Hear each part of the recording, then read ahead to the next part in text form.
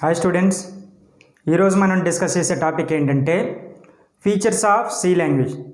అంటే C లాంగ్వేజ్ని use చేయటం వల్ల మనకి ఎటువంటి ఫీచర్స్ అనేవి వస్తున్నాయి అనేది ఈరోజు క్లాస్లో డిస్కస్ చేద్దాం. సో అసలు ఫస్ట్ ఆఫ్ ఆల్ మనకి సి లాంగ్వేజ్ని డెన్నిస్ రిచీ అనే అతను 1972లో ఇంట్రడ్యూస్ చేశాడు. సో ఇక్కడ ఏంటంటే దీన్ని మెయిన్గా మనం ఏంటంటే హై లెవెల్ ప్రోగ్రామింగ్ లాంగ్వేజ్ అని చెప్తాను.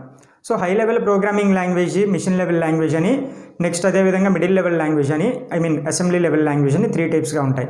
సో హై లెవెల్ లాంగ్వేజ్ అనేది human understandable language, machine level language అనేది మిషన్ అండర్స్టాండబుల్ లాంగ్వేజ్. సో ఏంటంటే ఇప్పుడు ఇక్కడ మనది సి లాంగ్వేజ్ని మనం ఏం చెప్తామంటే హై లెవెల్ లాంగ్వేజ్గా చెప్తాం.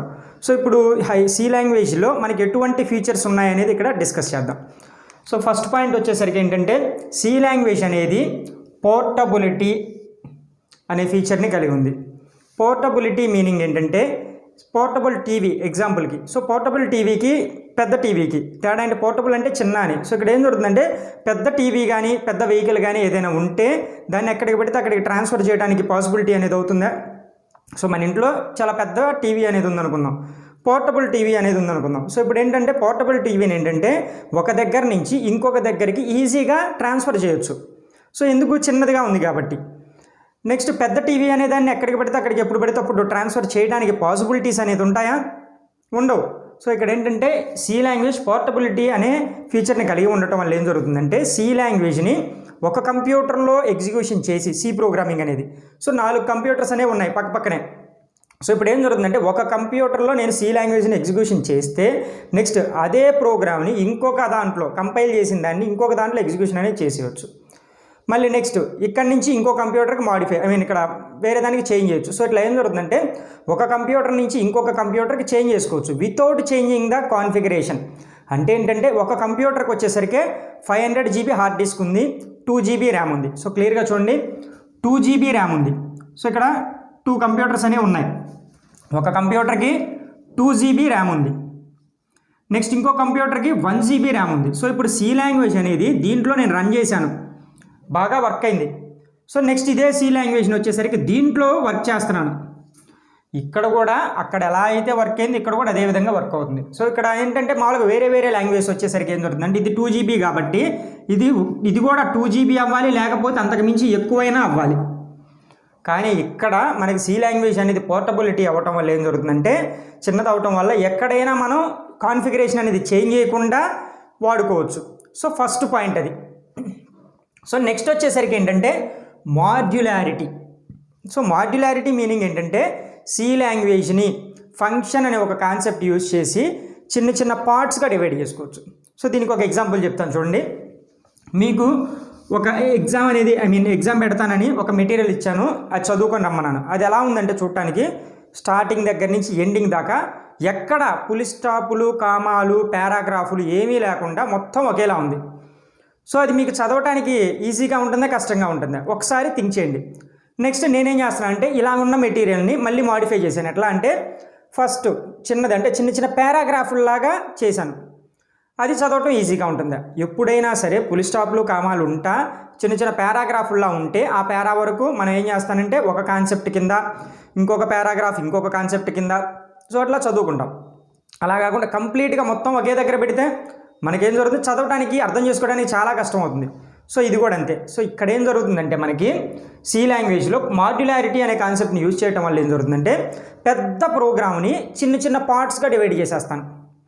సో చిన్న ఫంక్షన్స్లా డివైడ్ చేస్తాను. సో ఇప్పుడు ఏం జరుగుతుందంటే ప్రోగ్రామ్ అనేది మాత్రం ఎటువంటి చేంజ్ ఉండదు, కానీ చిన్న ప్రోగ్రామ్స్గా చిన్న మాడ్యూల్స్గా డివైడ్ చేయడం వల్ల ఏం జరుగుతుందంటే ఈజీగా అర్థమవుతుంది, ఈజీగా కోడ్ రాసుకోవచ్చు, ఈజీగా డీబగ్గింగ్ చేయొచ్చు. అంటే ఏదైనా ఎర్రర్స్ అనేవి వస్తే ఈజీగా రెక్టిఫై చేసుకోవచ్చు. ఎక్కడ మీకు ఎర్రర్ వచ్చిందనేది ఈజీగా తెలుస్తుంది, ఈజీగా రెక్టిఫై చేసుకోవచ్చు. సో మాడ్యులారిటీ అంటే ఏంటంటే పెద్ద ప్రోగ్రామ్ని, చాలా పెద్ద ప్రోగ్రామ్ని చిన్న పార్ట్స్గా డివైడ్ చేస్తున్నాను. డివైడ్ మాత్రమే చేస్తున్నాను కానీ ప్రోగ్రామ్ మొత్తం ఒకటే. సో ఇది మాడ్యులారిటీ అంటే. నెక్స్ట్ వచ్చేసరికి ఏంటంటే సి లాంగ్వేజ్లో ఇంకో ఫీచర్ ఏంటంటే ఫ్లెక్సిబిలిటీ. సో సి లాంగ్వేజ్లో ఏంటంటే ప్రోగ్రామర్ అనేవాడు ప్రోగ్రామ్ని హ్యాండిల్ చేయగలుగుతాడు. సో కంప్లీట్గా హ్యాండిల్ చేయగలుగుతాడు. సో ఇక్కడ చూడండి, ప్రోగ్రామర్ అనేవాడు ఇన్వాల్వ్ అవుతాడు దాంట్లో. సో ఇన్వాల్వ్ అయ్యి ఏం చేస్తాడంటే కంట్రోల్ చేయగలుగుతాడు. కొన్ని లాంగ్వేజ్లో వచ్చేసరికి ఏం జరుగుతుందంటే ప్రోగ్రామర్ అనేవాడు అన్నింటినీ కంట్రోల్ చేయలేడు. కానీ సి లాంగ్వేజ్లో ఒక అడ్వాంటేజ్ ఏంటంటే ప్రోగ్రామ్ రాసేవాడు వచ్చేసరికి ఏంటంటే డెవలపర్స్ సి లాంగ్వేజ్ని కంట్రోల్ చేయగలుగుతాడు, సి లాంగ్వేజ్ని మేనేజ్ చేయగలుగుతారు. సో ఆ ఫ్లెక్సిబిలిటీ అనేది మనకి ఇక్కడ సి లాంగ్వేజ్లో ఉంది, ఇది ఒక ఫీచర్. నెక్స్ట్ అండి స్పీడ్. సో జనరల్గా ఏంటంటే సి లాంగ్వేజ్ అనేది మిగతా వాటితో కంపారిజన్ చేసుకుంటే చాలా స్పీడ్గా పనిచేస్తుంది. సో ఎందుకు స్పీడ్గా పనిచేస్తుంది అంటే సి లాంగ్వేజ్ అంటే ఏంటి, ఫస్ట్ చెప్పింది నేను హై లెవెల్ లాంగ్వేజ్ అని చెప్పాను. సో ఇదేం చేస్తుందంటే మిడిల్ లెవెల్ లాంగ్వేజ్ని కూడా సపోర్ట్ చేస్తుంది. జనరల్గా ఏంటంటే క్లియర్గా అబ్జర్వ్ చేయండి, సి అనేది మనకి హై లాంగ్వేజ్, బట్ ఏం జరుగుతుంది, ఇది మిడిల్ లెవెల్ లాంగ్వేజ్లో కూడా మనకి ఇది సప్లై చేయగలుగుతుంది, మిడిల్ లెవెల్ లాంగ్వేజ్ని కూడా ఇది సపోర్ట్ చేయగలుగుతుంది. సో సపోర్ట్ చేయడం వల్ల ఏం జరుగుతుందంటే హై కంటే high level, only high level language ఉంటే అంత స్పీడ్ ఉండదు, ఇది high level language plus middle level language అవుతుంది. అంటే మిడిల్ లెవెల్ లాంగ్వేజ్ కూడా సపోర్ట్ చేస్తుంది కాబట్టి ఆ ఓన్లీ హై లెవెల్ లాంగ్వేజ్ కంటే ఇది స్పీడ్గా పనిచేస్తుంది. ఈ పాయింట్ మీరు క్లియర్గా అబ్జర్వ్ చేయాలి. ఓన్లీ హై లెవెల్ లాంగ్వేజ్ అనేది ఒకటి ఉంది, ఒక లాంగ్వేజ్ సమ్ ఎక్స్ అనే లాంగ్వేజ్, ఇది వచ్చేసరికి ఏం జరుగుతుంది హై ప్లస్ మిడిల్ అవుతుంది, అంటే మిడిల్ లెవెల్ లాంగ్వేజే ఇది. సో మిడిల్ లెవెల్ లాంగ్వేజే మెయిన్ సపోర్ట్ చేస్తుంది. సో ఇది వచ్చేసరికి ఏంటి సి. సో ఇప్పుడు చూడండి ఇది ఏం జరుగుతుంది, హై ప్లస్ మిడిల్ అవటం వల్ల ఏం జరుగుతుందంటే దీనికంటే ఇది స్పీడ్గా పనిచేస్తుంది. సో అది మెయిన్ పాయింట్, స్పీడ్గా పనిచేస్తుంది. ఎందుకు పనిచేస్తుంది అంటే కారణం అది. సో నెక్స్ట్ వచ్చేసరికి ఏంటంటే ఎక్స్టెన్సిబిలిటీ. సో ఏంటంటే ఎక్స్టెన్సిబిలిటీ అంటే ఏంటంటే మీకు క్లియర్గా తెలుగులో మాట్లాడుకుంటే యాడింగ్, ఇక్కడ ఏంటంటే ఎక్స్టెన్షన్ అంటే మీనింగ్ ఏంటి, సో కొత్త కొత్త వాటిని మనం యాడ్ చేసుకోవచ్చు. అంటే ఇక్కడ చూడండి add new features at any time, ప్రోగ్రాంలో ఏదైనా కొత్త కాన్సెప్ట్ని యాడ్ చేయాలి అనుకున్నారు, సో యాడ్ చేసుకోవచ్చు. ఇక్కడ ఈ ఫీచర్ అనేది మనకు ఉంది, ఎప్పుడైనా ఎనీ టైం ఎక్కడైనా సరే ఎప్పుడైనా సరే ప్రోగ్రాంలో కొత్త కొత్త వాటిని యాడ్ చేసుకోవటానికి మనకి ఇక్కడ ఈ ఫీచర్ అనేది ఉంది. నెక్స్ట్ వచ్చేసరికి ఏంటంటే కాంపాక్ట్నెస్. సో ఆల్రెడీ పోర్టబిలిటీ గురించి విన్నాం, ఇది కూడా పోర్టబిలిటీ లాంటిది. సో కాంపాక్ట్నెస్ అంటే ఏం జరుగుతుందంటే సో తక్కువ కీవర్డ్స్ అనేవి మనకి సి లాంగ్వేజ్లో కీవర్డ్స్ ఉంటాయి. సో కీవర్డ్స్ మీద సపరేట్ క్లాస్ అనేది చేద్దాం. సి లాంగ్వేజ్లో మనకి 32 కీవర్డ్స్ ఉంటాయి. సో అవి ఏంటి అంటే ఎగ్జాంపుల్కి చెప్తాను చూడండి. ఇంట్ అంటారు, ఇంట్ అనేది ఒక కీవర్డ్. నెక్స్ట్ ఫ్లోట్ అనేది ఒక కీవర్డ్. నెక్స్ట్ స్విచ్ అనేది ఒక కీవర్డ్. నెక్స్ట్ అదేవిధంగా డబుల్ అనేది ఒక కీవర్డ్. సో ఇట్లాగేంటంటే 32 కీవర్డ్స్ ఉన్నాయి. 32 అంటే యాక్చువల్గా ఏంటంటే జావా కానీ వేరే వేరే లాంగ్వేజ్లో వచ్చేసరికి ఎక్కువ కీవర్డ్స్ ఉంటాయి.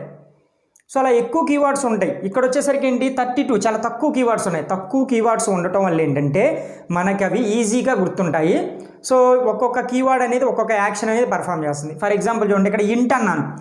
ఇంట్ అంటే మీనింగ్ ఏంటంటే ఇంటీజర్ వాల్యూస్ అని. ఇంటీజర్ వాల్యూస్ అంటే ఏంటంటే 0 to 9, ఓకేనా. నెక్స్ట్ చూడండి ఫ్లోట్ అన్నాను. ఫ్లోట్ అంటే ఏంటంటే ఫ్లోటింగ్ వాల్యూస్ అంటే ఏం జరుగుతుందంటే 0 to 9 కానీ పాయింట్స్ వస్తాయి, 1.1 అని 2.0 అని ఇట్లా వస్తాయి. కానీ దీంట్లో 1, 2, 3 ఇట్లాగే వస్తాయి దీంట్లో. సో ఇట్లా ఇక్కడ ఏం జరుగుతుందంటే ఒక్కొక్క ఇంటీజర్ ఇక్కడ ఏం జరుగుతుంది, ఒక్కొక్క కీవర్డ్ అనేది ఒక్కొక్క యాక్షన్ అనేది ఒక్కొక్క టాస్క్ అనేది పర్ఫామ్ చేస్తుంది. సో ఇవి ఎలా ఉన్నాయి, లిమిటెడ్గా ఉన్నాయి. సో లిమిటెడ్గా ఉన్నాయి కాబట్టి ఇదేమవుతుందంటే కాంపాక్ట్నెస్, తక్కువ కీవర్డ్స్లో ఎక్కువ పని చేస్తున్నాం. సో నెక్స్ట్ వచ్చేసరికి లాస్ట్ అండ్ ఫైనల్ వచ్చేసరికి కేస్ సెన్సిటివ్. సి లాంగ్వేజ్ అనేది కేస్ సెన్సిటివ్ మీనింగ్ ఏంటంటే మనకి ఇక్కడ జనరల్గా స్మాల్ ఏకి క్యాపిటల్ ఏకి డిఫరెన్స్ ఉంటుంది. మనకి జనరల్గా కంప్యూటర్లో ఫర్ ఎగ్జాంపుల్ మీ మొబైల్లో ఒక నేమ్ అనేది కాంటాక్ట్ నెంబర్ అనేది సేవ్ చేయాలి. ఫర్ ఎగ్జాంపుల్ ఏంటంటే SIVA అనే నేమ్ సేవ్ చేసేసారు. ఇప్పుడు మళ్ళీ సేమ్ నేమ్తో ఇక్కడ ఇంకొక నేమ్ అనేది క్రియేట్ చేయాలంటే కుదురుతుందా, డూప్లికేషన్ అవుతుంది కదా. సో అక్కడ ఏం జరుగుతుందంటే శివ డాట్ అనో లేకపోతే ఏం జరుగుతుందంటే ఇంకో నేమ్తో క్రియేట్ చేసినా ఈ రెండు కలిపి ఒకే నేమ్ కింద వచ్చేస్తూ ఉంటాయి. సో ఒకవేళ మొబైల్లో కాకుండా సిస్టమ్ తీసుకుందాం, మొబైల్ గురించి పక్కన పడేసి సిస్టమ్ తీసుకుంటే సిస్టంలో ఒకసారి ఒక ఫోల్డర్ అనేది క్రియేట్ చేస్తే మళ్ళీ అదే నేమ్తో ఇంకొక ఫోల్డర్ చేస్తే అది అవ్వదు. దానికి ఏంటంటే పక్కన ఏదో డాట్ అనో లేకపోతే కాపీ అనో ఏదో ఒకటి వస్తుంది, సేమ్ నేమ్తో అవ్వదు. అయితే మీరు ఇప్పుడు సేమ్ నేమ్తో చేయాలి అనుకున్నప్పుడు ఏం జరుగుతుందంటే సో ఇక్కడ సి లాంగ్వేజ్కి వచ్చేద్దాం. ఇక్కడ చూడండి, ఇక్కడ స్మాల్ ఏ అంటేనేమో ఒకలా తీసుకుంటుంది, క్యాపిటల్ ఏ. స్మాల్ ఏ అంటే ఇంకొకలా తీసుకుంటుంది. కానీ మన కంప్యూటర్లో ఇది ఇట్లా రాసామనుకోండి శివ అని, నెక్స్ట్ ఇలా శివ ఇది క్యాపిటల్లో రాశాను, ఇది వచ్చరికి స్మాల్లో రాశాను, ఎట్లా తీసుకున్నా సరే మనకి ఏం జరుగుతుందంటే ఇది రెండు ఒకటే అని చెప్పేసి మనకి తీసుకోదు. అంటే నువ్వు క్యాపిటల్ లెటర్స్లో ఇట్లాగా SIVA అని రాసావు, ఇంకోటి వచ్చేసరికి ఏమి ఇలా రాసావు SIVA అని రాసావు. సో ఇప్పుడు చూడండి ఒకసారి క్లియర్గా అబ్జర్వ్ చేయండి. ఫస్ట్ ఆఫ్ ఆల్ ఏంటంటే ఈఏ రెండు డిఫరెంట్ ఇంతే. కేస్ సెన్సిటివ్ అంటే మీనింగ్ ఏంటంటే స్మాల్ ఏ క్యాపిటల్ ఏ రెండు డిఫరెన్స్. మీరు ఇప్పుడు సేవ్ ఏదైనా ఫర్ ఎగ్జాంపుల్ ఇక్కడ చూడండి, నేను ఎగ్జాంపుల్కి ఇంట్ ఏ అని రాశాను, నెక్స్ట్ ఇంట్ ఏ అని రాశాను. ఈ రెండు వేరు వేరు. అదే కనుక వేరే వేరే కొన్ని లాంగ్వేజెస్లో వచ్చేసరికి ఏంటంటే ఇంట్ ఏ నెక్స్ట్ ఇంట్ ఏ అని తీసుకున్నాం అనుకోండి, పై తీసుకుంటుంది కింద తీసుకోదు. కానీ సి లాంగ్వేజ్ అనేది ఏంటంటే కేస్ సెన్సిటివ్ కాబట్టి ఏం జరుగుతుందంటే స్మాల్ ఏ వేరు క్యాపిటల్ ఏ వేరు. సో రెండు వేరు వేరుగా అంటే ఏంటంటే స్మాల్ లెటర్లో తీసుకోవచ్చు. ఫర్ ఎగ్జాంపుల్ ఇక్కడ చూడండి, క్యాపిటల్ లెటర్స్లో స్మాల్ ఇలా రాశాను, నెక్స్ట్ వచ్చేసరికి ఏం చేస్తానంటే ఇలా రాశాను. యాక్చువల్గా ఈ నేమ్ ఏంటి శివానే, ఈ నేమ్ ఏంటి శివానే, బట్ ఈ రెండు డిఫరెంటే.